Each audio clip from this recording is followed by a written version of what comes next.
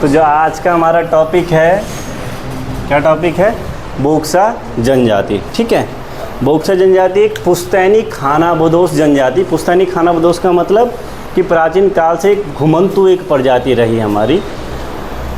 जो हम अपना तराई भाबर वाला क्षेत्र देखते हैं तो कुछ जनजातियां ऐसी रही जिन्होंने तराई भाबर क्षेत्र को क्या किया, आबाद किया, यानी कि वहाँ पर रहने लायक कंडीशंस बनाई थी। बट आज के टाइम पे क्या हो रहा है कि इनकी ज़मीनों पर कोई हौरी कब्जा कर रहा है और ये अपनी ही ज़मीनों में क्या बन चुके हैं, मजदूर बन चुके हैं। जिसका बहुत बड़ा कारण क्या है, इस जनजाति में जो शराब और मांस का प्रचलन बहुत ज़्यादा है, जिस कारण क्या है कि बहुत ही कम दामों पर ये अपनी ज़मीनें किसी और के नाम कर देते हैं। दूसरी चीज़ क्या है कि ये प्रकृति प्रेमी है, अपनी प्रकृति की तरफ ज़्यादा झुकाव है। भारी सभ्यता के बारे में उतनी ज़्यादा जानकारी नहीं है, जिस वजह से थोड़े से कैसे होते हैं, साय होते हैं, यानी कि शर्मीले स्वभाव के होते हैं। तो उस चक्कर में क्या होता है कि जो भारी लोग यहाँ पे आए हैं, जब हम पढ़ते हैं कि भाई भारत और पाकिस्तान का विभाजन हुआ तो उसके बाद बहुत सारे रिफ्यूजी या जिनको हम क्या कहते हैं, अप्रवासी भारतीय कहते हैं, उनको कहाँ बसाया गया था, तराई के क्षेत्रों में बसाया गया था। उन्होंने इनकी कमज़ोरी को देखा और देखा कि चंद शराब के बोतलों के चक्करों में ये क्या कर रहे हैं, अपनी ज़मीनों को बेच दे रहे हैं। तो उन्होंने इनसे इनकी ज़मीनें पट्टों पे लेना शुरू कर दिया और बाद में इनको लौटा ही नहीं। बाकी सरकार का ध्यान भी इस तरफ जा नहीं रहा है। उस वजह से क्या हो रहा है कि ये धीरे धीरे अपनी ज़मीनों को खोए जा रहे हैं। तो यही है आपकी बोक्सा जनजाति। अब इनके बारे में पढ़ते हैं कि इनके सामाजिक आर्थिक प्रथाएं क्या क्या हैं, कौन है ये बोक्सा और कहाँ से आए हैं ये लोग। तो देखिए बोक्सा कौन है और इनके पूर्वज कौन है, इसके बारे में बहुत सारी अवधारणाएँ प्रचलित हैं। तो एक समिति का गठन होता है, समिति का नाम रहता है तराई भूमि सुधार समिति। कौन सी समिति? तराई भूमि सुधार समिति। इसका गठन कब हुआ था? 1969 में हुआ था। तराई भूमि सुधार समिति, इसका गठन कब होता है? 1969 में। और जिसके अध्यक्ष कौन रहते हैं? उसके अध्यक्ष रहते हैं बी.डी. सनवाल। बी.डी. सनवाल जी इसके अध्यक्ष रहते हैं। ये एक इन्होंने पूरा बोक्साओं के या तराई में रहने वाली जनजातियों का अध्ययन किया था। तो उसमें बोक्साओं के बारे में इनका मत क्या है? बोक्साओं के बारे में इन्होंने बताया है कि ये लोग 1200 से 1400 साल पहले यहाँ पर आके बसे होंगे। ये इनकी मान्यता है। अगर इनके शारीरिक बनावट के हिसाब से बात की जाए तो शारीरिक बनावट के हिसाब से इनको मंगोल प्रजाति का बताया जाता है और किरातों का वंशज और थारू की ही एक उपशाखा बताया जाता है।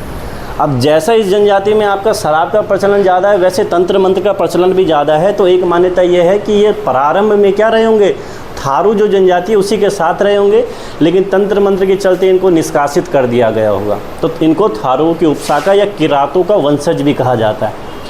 इसके अलावा जो बोक्सा नाम कैसे पड़ता है, इसके बारे में भी कुछ कथन है। जो यहाँ के पुरुष लोग हैं वो क्या बताते हैं कि जो इनके पूर्वज हैं वो एक समान दाढ़ी रखा करते थे, जिसको क्या कहते थे, बोक कहते थे। एक समान दाढ़ी कैसे? आपने बकरा देखा होगा, बकरे की दाढ़ी देखी है?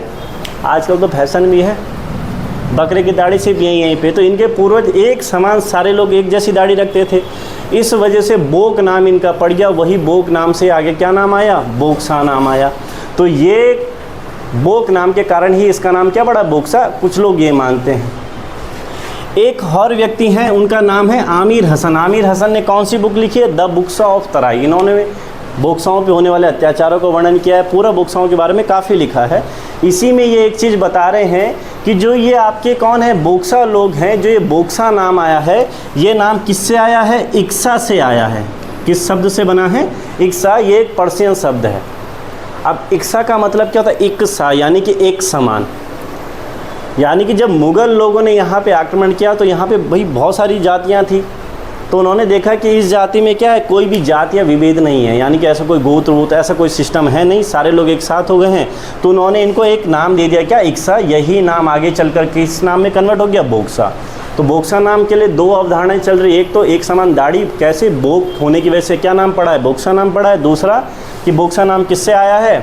इक्सा से आया है। इसके अलावा जो देहरादून के जो आपके बोक्सा लोग हैं, ये क्या कहते हैं कि जो यहाँ गढ़वाल के राजा हुए, इन्होंने हमें क्या किया था? इनविटेशन दिया था। तो ये खुद को राजपूत मानते हैं, पवार वंशी मानते हैं। ये क्या मान रहे हैं कि भाई हमें राजा ने इनवाइट किया था। इस कारण से क्या है कि जो देहरादून के बोक्सा हैं वो तराई में यानी कि या उधम सिंह नगर नैनीताल के जो बोक्सा हैं इनको छोटा समझते हैं और इनसे वैवाहिक संबंध भी नहीं बनाते हैं। इसके अलावा जो बोक्सा जनजाति में जो महिलाएं हैं ये अलग ही बयान देती हैं। वो क्या कहती हैं कि जब आपका मुगलों को आक्रमण हुआ तो उनके पति लोग तो युद्ध करने चले गए, अब जो उनकी पत्नियां थी वो भाग गई। भागी किसके साथ? अपने सेवकों के साथ भाग गई।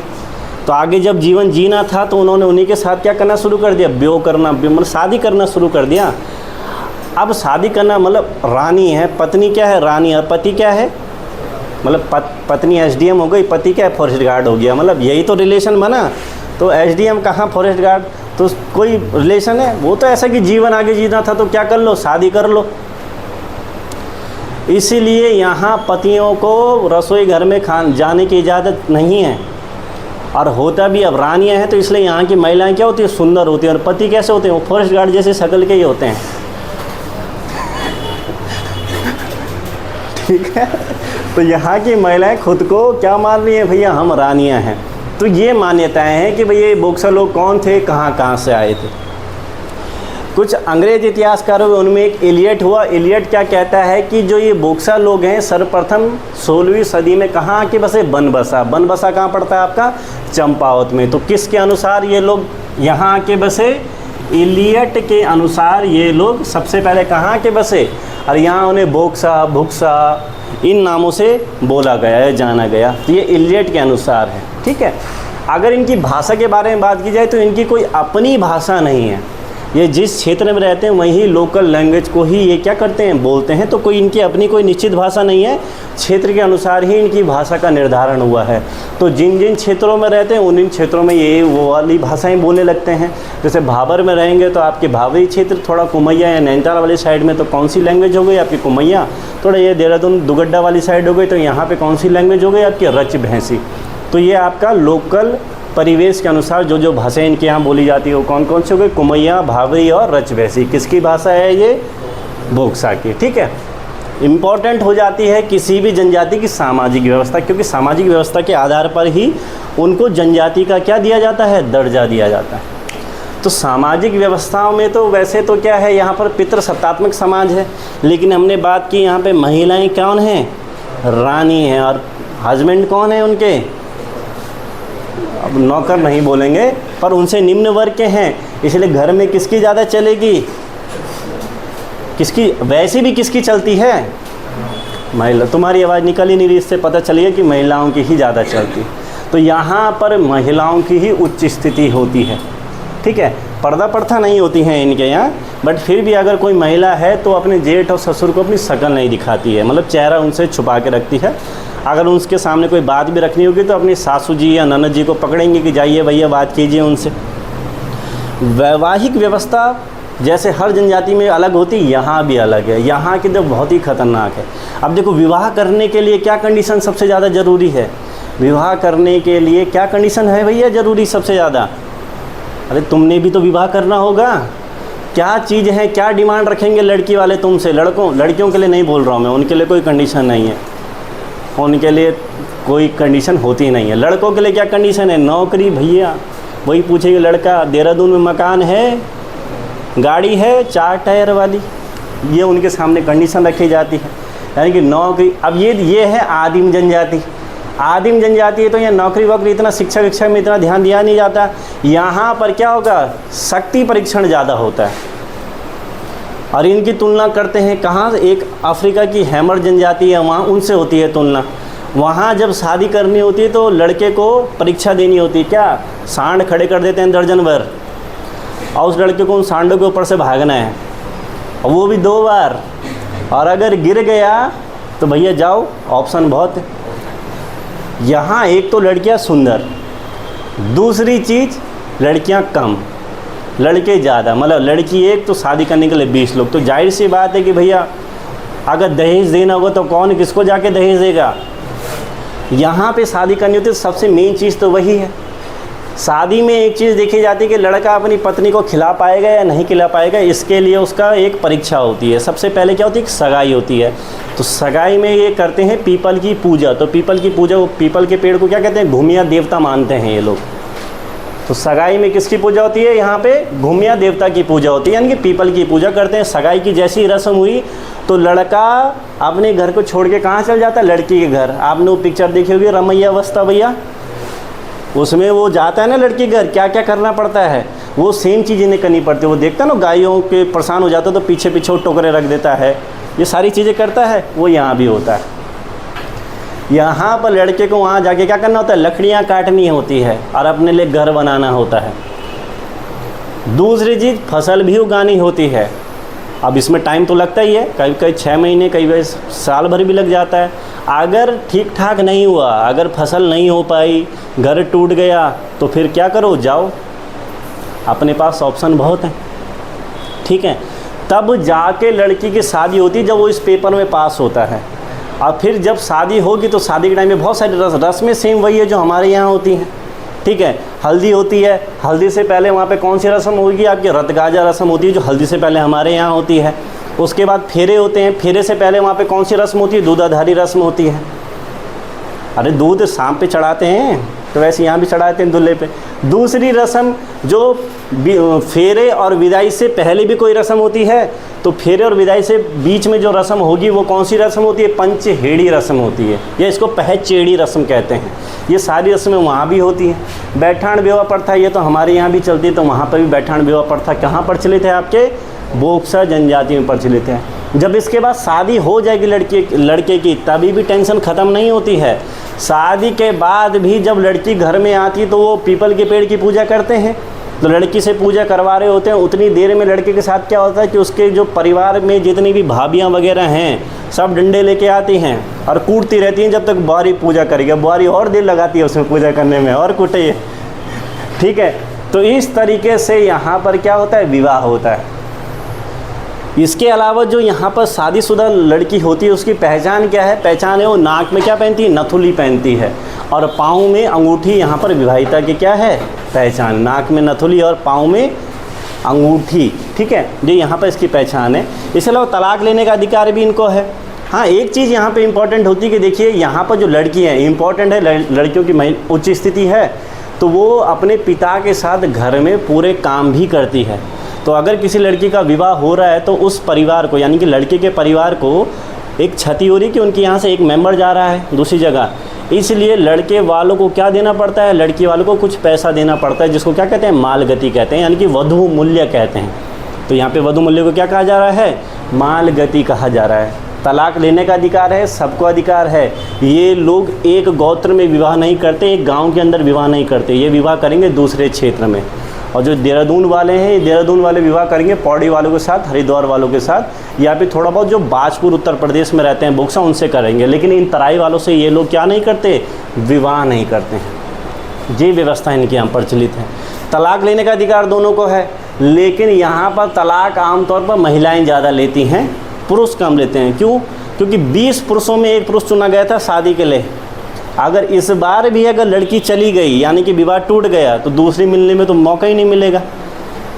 लड़कियां अगर कोई विधवा महिला है या तलाकशुदा महिला है, उनके लिए शादी करना बहुत आसान है, क्योंकि कैंडिडेट बहुत ज़्यादा है वहाँ पे। लेकिन लड़के तो माँ ही पैर पड़ जाते कि ना बाबा छोड़ के ना जा, मैं तो मतलब ये कंडीशन होती है वहाँ पे, ठीक है। जबकि है तलाक लेने का अधिकार है। और अगर मान लो कोई लड़की अपने पति को तलाक दे रही है और दूसरी जगह जाके शादी कर रही है, तो पहले वाले पति ने पैसे दिए थे लड़की के पापा को, तो वो उस पैसे को मांगने का हकदार होता है। तो ऐसी वैवाहिक व्यवस्थाएं कहाँ हैं, आपके बोक्सा जनजाति में प्रचलित हैं। धार्मिक व्यवस्था की बात करें तो धार्मिक व्यवस्था देखो, ये है प्रकृति पूजक। आदिम जनजाति है तो प्रकृति की पूजा करते हैं, लेकिन धीरे धीरे भारी समाज में आने लग गए हैं। तो भारी समाज में आते आते ये किस धर्म को, हिंदू धर्म को मानने लगे हैं। प्रकृति की पूजा यानी कि शक्ति की पूजा करते हैं, तो ज़्यादातर ये दुर्गा की पूजा करते हैं, शिव की, परशुराम, आपके राम की, इन सब की पूजा करते हैं। लेकिन जो प्रमुख है, किसकी पूजा कर रहे हैं ये लोग, दुर्गा की पूजा कर रहे हैं। और उसी दुर्गा को रूप को, यानी कि जो काशीपुर में इनकी जो देवी है, कौन सी, चामुंडा देवी, वो भी दुर्गा का ही रूप है। इसलिए इनकी जो सबसे बड़ी देवी या सबसे पूजनीय देवी है, कौन सी है, काशीपुर की चामुंडा देवी है, ठीक है। लेकिन जो इनका हर एक गांव होगा, गांव में जो प्रधान होता है, प्रधान जी के घर के आगे एक मंदिर होता है। मंदिरों को ये लोग क्या कहते हैं, थान कहते हैं। मंदिरों क्या कहेंगे, थान कहेंगे। वो ग्राम देवी का मंदिर होता है। वो हमेशा किसके सामने होगा? प्रधान के घर के सामने होगा, क्योंकि इम्पॉर्टेंट है। प्रकृति पूजक है तो भूत प्रेत जादू टोना भी यहाँ ज़्यादा चलता है, तो उस चीज़ को भी ये लोग मानते हैं, तो वहीं पूजा करते हैं। तो ग्राम देवी का नाम क्या है? खेड़ी देवी एक लोग कहते हैं, ठीक है। इसके अलावा जो ग्राम देवता हैं, अब ये ग्राम देवता मानने वाले कौन हैं? एक बुक है आईने अकबरी। आईने अकबरी किसने लिखी है? अबुल फजल ने। आईने अकबरी में एक शब्द लिखा गया बुकसाड़। कौन सा शब्द लिखा गया है? बुकसाड़। अब देखिए बुकसाड़ किसे कहा जाता है? उधम सिंह नगर और आपके नैनीताल वाली क्षेत्र को क्या कहते हैं? बुकसाड़ कहते हैं। तो ये बुकसाड़ के लोग ग्राम देवता की पूजा भी करते हैं। अब ग्राम देवता की पूजा करते हैं। ग्राम देवता कौन है आपके? साकरिया देवता। ये चीज़ें इन्होंने अब जाके सीखी और इसको हमने क्या करना शुरू कर दिया, एक दूसरे से मिलाना शुरू कर दिया है कि हाँ भाई ये लोग दुर्गा की पूजा कर रहे हैं तो ये है। ये लोग तो वैसे प्रकृति पूजक है। प्रकृति पूजक हैं तो ये जिस जगह में रहे तराई के क्षेत्र में, वहाँ तो क्या है भाई, बीमारियाँ पहले बहुत ज़्यादा होती थी, उस क्षेत्र में ये रहे तो जाहिर सी बात है शराब का सेवन तो चलना ही इनके यहाँ था। दूसरा, बीमारियाँ इतनी खतरनाक होती हैं गंदे पानी में, तो वहाँ से लड़ने के लिए ये फिर भूत प्रेत को मानना शुरू करते होंगे। तो जो भूत प्रेतों को यानी कल्पित आत्माओं को ये मानते हैं, कल्पित आत्माओं को क्या कहते हैं ये लोग? बुज्जा कहते हैं। तो जाहिर सी बात है किसी न किसी तांत्रिक के पास जाते होंगे, तो इनके यहाँ तांत्रिक भी खूब मिलते हैं। तांत्रिक को क्या कहा जाता है यहाँ पे? भरारे कहा जाता है। तो ये लोग अगर बीमार भी हो रहे तो बीमार आदमी को डॉक्टर के पास नहीं ले जाते, किसके पास ले जाते हैं? भरारे। तो भरारे इनको सजेशन देता है, काटो बकरा, काटो मुर्गा, तो ये बलि देते हैं भरारे के कहने पर। अब जो नई जनरेशन आ रही है वो तो इस तरफ थोड़ा सा झुकाव कम रखती है। एक्चुअल में क्या है, आप हमेशा अपने से अच्छे की तरफ ही नज़र मारोगे, और इसी का फ़ायदा कौन उठा रहे हैं? मिशन के जो लोग घूम रहे हैं। तो ईसाई धर्म के लोग, यहाँ के लोग अब ज़्यादातर लोग किस में कन्वर्ट हो रहे हैं? ईसाई धर्म में। और इनका जो एरिया है यहाँ पे सिख धर्म के लोग ज़्यादा हैं, तो वो अमीर हैं यहाँ पे ज़्यादा, तो ये ज़्यादातर सिख धर्म या ईसाई धर्म में कन्वर्ट हो रहे हैं। रीज़न क्या है? इनकी मान्यता।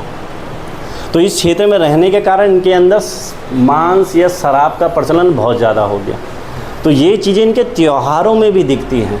अब त्योहारों में होता है क्या, आदमी अपने हिसाब से खर्चा करता है, लेकिन ये लोग क्या हैं, जितना इनके पास है उससे ज़्यादा दिखा के खर्चा करते हैं। हमारे साथ होते हैं ना कुछ लोग जो मतलब ज़्यादा ही शो ऑफ करते हैं, कि हम कहते हैं ना ये बाबा शो ऑफ कर रहा, मतलब खुद है नहीं, खुद फ़ोन EMI पे ले रखा है, बट दिखाएंगे ऐसा बिल्कुल पूरा एक अच्छा सा फ़ोन लेंगे, उस फ़ोन का कवर बीच में से कटा होगा जहाँ से सेब दिख रहा होता है। तो ज़्यादा होते हैं ऐसे लोग हमारे बीच में। ये लोग भी ऐसे हैं, चाहे उधार लेना पड़े, उधार लेके इनके यहाँ जो भी त्यौहार होंगे इसमें फिजूल खर्ची ये लोग करेंगे, और इसी का फ़ायदा बाहर के लोग उठा रहे हैं। वो इनको ऋण देते हैं और इस ऋण से कभी मुक्ति नहीं हो पाते, तो कम दामों पर इनकी ज़मीन उन्हें मिल जाती है। त्योहारों की बात करें तो सारे त्यौहार बड़े जोश शोश से मनाते हैं, लेकिन जो सबसे प्रमुख त्यौहार है वो कौन सा है? चैती, जो 15 दिनों तक यहाँ चलता है, क्योंकि एक मेला लगता है इनके यहाँ, और उस मेले के दौरान गीत वीत सारी चीज़ें होती हैं इनके यहाँ, ठीक है। एक आपके जो त्यौहार है होली दिवाली ये सारे लोग मनाते हैं, लेकिन जो आपका जेठ का महीना होता है, जेठ के महीने में शुरुआत में ये लोग कौन थे? घूमने वाले, घुमंतु प्रजाति थे। लेकिन जब अंग्रेज़ लोग यहाँ पे आए तो अंग्रेज़ों ने इनसे क्या करवाना शुरू किया? खेतीबाड़ी करवाना शुरू किया। तो अब ये खेतीबाड़ी भी करते हैं। तो जो जेठ का महीना होता है उस टाइम पे ये फसल काटने वाले होते हैं, तो फसल काटने से पहले ये किसकी पूजा करते हैं? ग्राम देवी की। तो ग्राम देवी की जो ये पूजा करते हैं, कब कर रहे हैं? जेठ के महीने में फसल काटने से पहले। और उनकी जो पूजा की पद्धति है, उस पूजा की पद्धति को क्या कहते हैं? ढलिया या ढलैया पूजा पद्धति कहा जाता है, ठीक है। और इस टाइम पे गाया जाने वाला गीत, इसको क्या कह रहे हैं हम? ढलिया गीत। ये इनके त्योहारों के समय गाए जाने वाले गीत हैं। कौन कौन से? होंगड़, गोटरे, ढलिया, झगड़ा गीत। ये सब कब गाते हैं ये लोग? त्योहारों के समय गाए जाते हैं, फंक्शनों के टाइम पे अपने गाते हैं ये लोग, ठीक है। तो ढलैया पूजा पद्धति किस जनजाति में प्रचलित हो गई? आपके बोक्सा जनजाति में। कब होती है ये? जब ये फसल काटने वाले होते हैं। तो ये साल में 2 बार ग्राम देवी की पूजा करते हैं। उस टाइम पे कौन सी पूजा पद्धति? ढलैया पूजा पद्धति, ठीक है।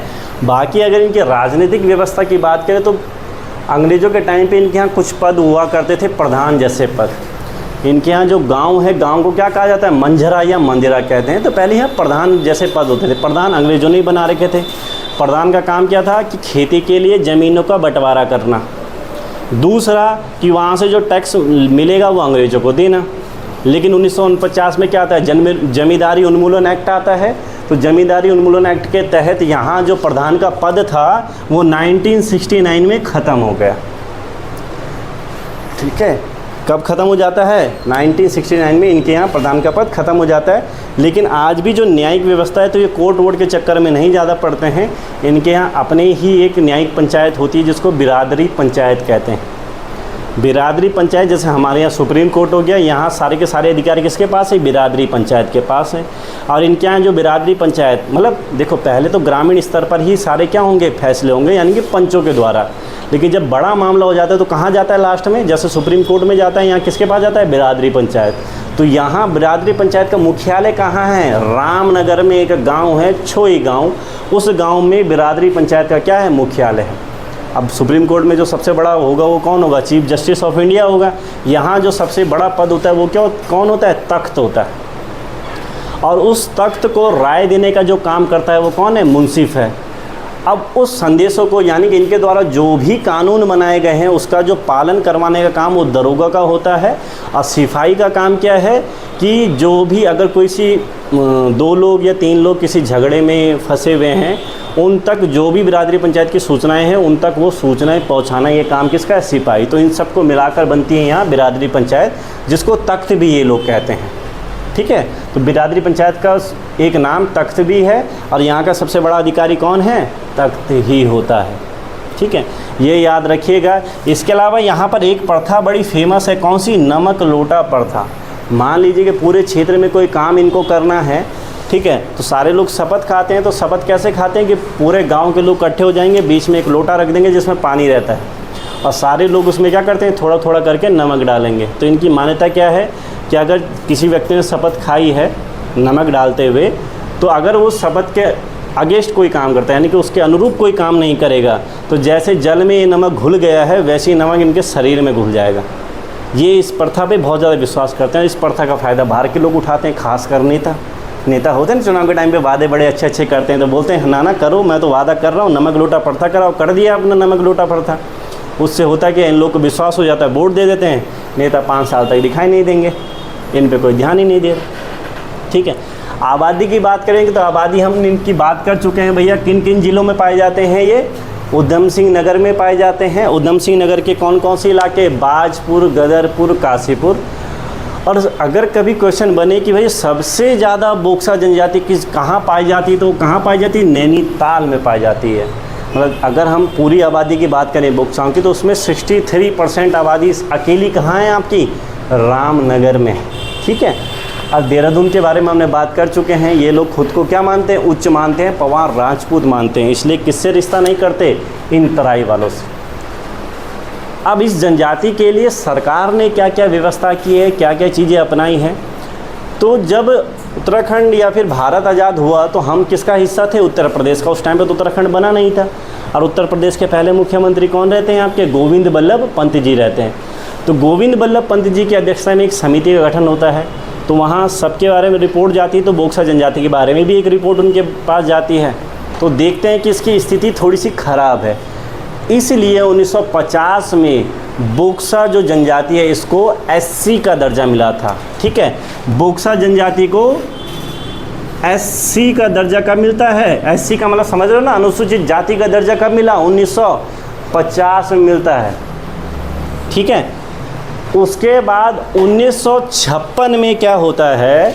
1956 में इससे SC का अधिकार छीन लिया जाता है और 1956 में इसको किस में डाल दिया जाता है? पिछड़े वर्ग में डाल दिया जाता है।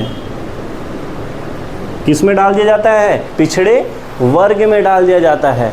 और उसके बाद जो पिछड़ा वर्ग आयोग जो गठित हुआ था, पिछड़ा वर्ग आयोग एक सजेशन, एक सुझाव देता है कि आप क्या कीजिए, इस जाति को जनजाति में डाल दीजिए।